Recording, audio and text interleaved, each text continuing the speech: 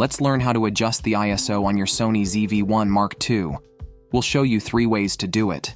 See all of them to choose the most convenient for you. Remember, you can only do this in manual mode.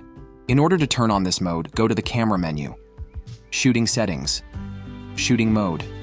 Select manual mode from the list. Method 1. Control wheel. Press the control wheel to the right to open the ISO setting.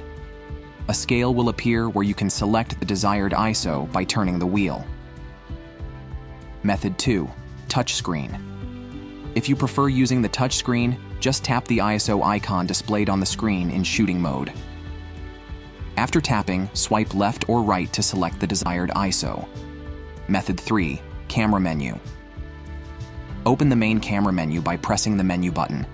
Go to Exposure Color, then find ISO Setting. Here you can manually set the ISO or configure Auto ISO control. Remember, high ISO values can lead to noise in your image, especially in low light conditions.